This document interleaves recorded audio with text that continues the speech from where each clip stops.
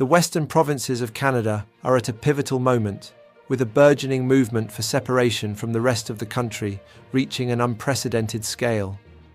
Decades of perceived neglect, unfair treatment, and what many in the West describe as communist-style control from Ottawa have fueled a widespread sentiment that these provinces are done with the current confederation. This isn't merely a fringe movement, it's a growing rebellion encompassing farmers, workers, business owners, and even young voters who are fed up with federal policies they argue are actively undermining their prosperity.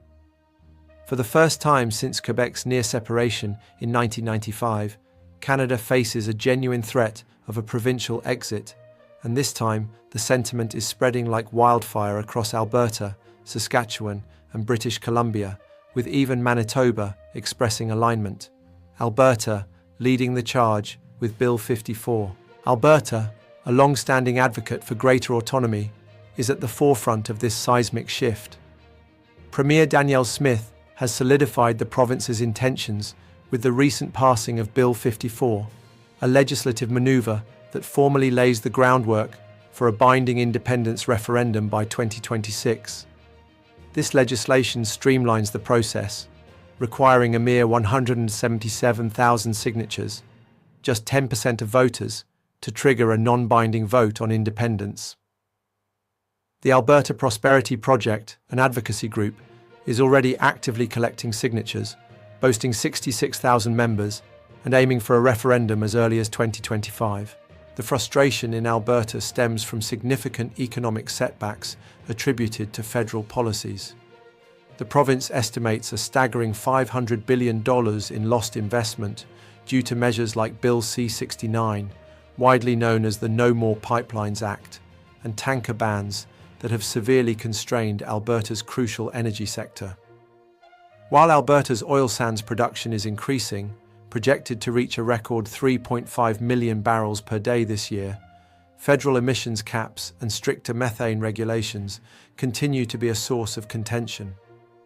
Producers in the province have committed to net zero emissions by 2050, investing heavily in carbon capture and direct air capture technologies, and have already achieved a 65% reduction in methane emissions since 2015 in areas like Lloydminster.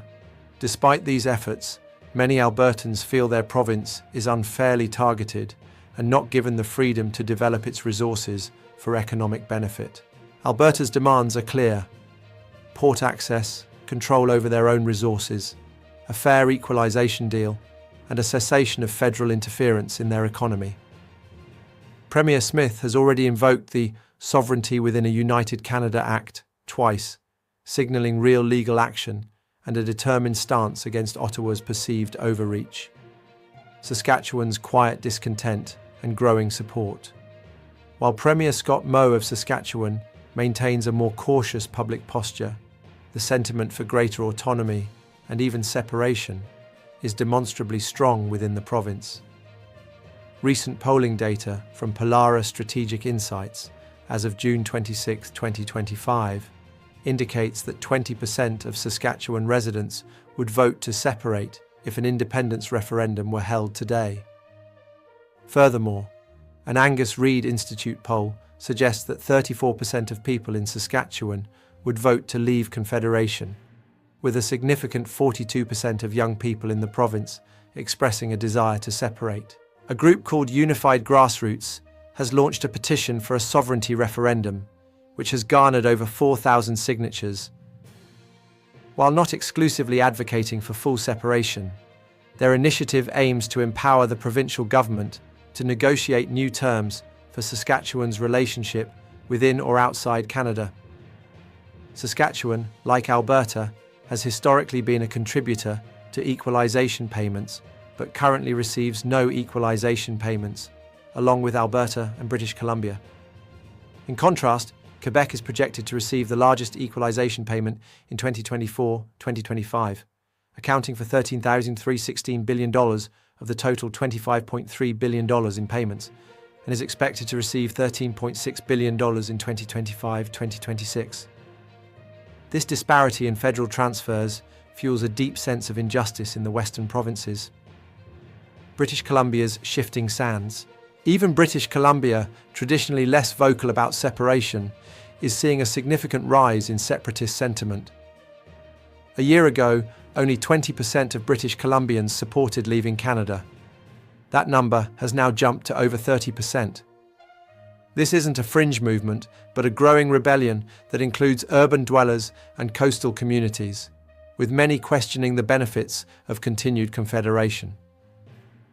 The Cascadia movement, while primarily a bioregional independence movement encompassing parts of the US Pacific Northwest and British Columbia, highlights a broader desire for regional autonomy and integration.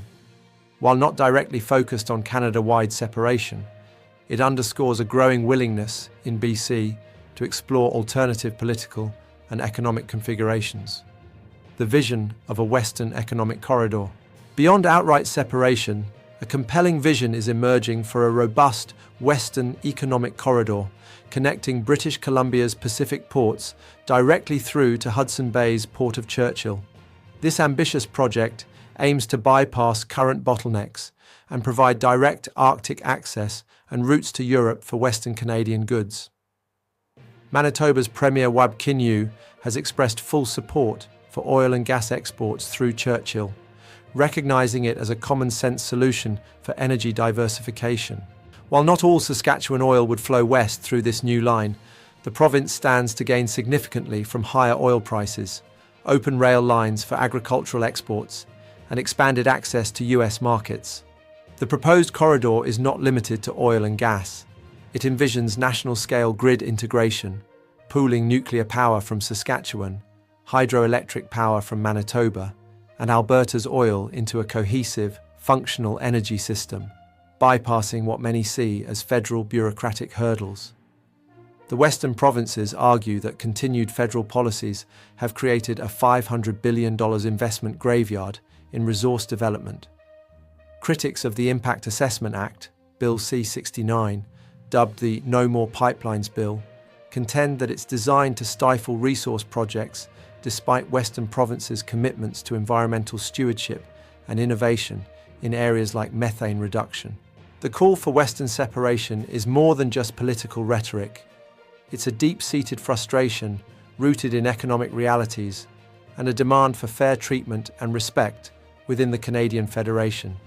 As the Western provinces continue to push for greater autonomy, the conversation about their future within or outside Canada is heating up.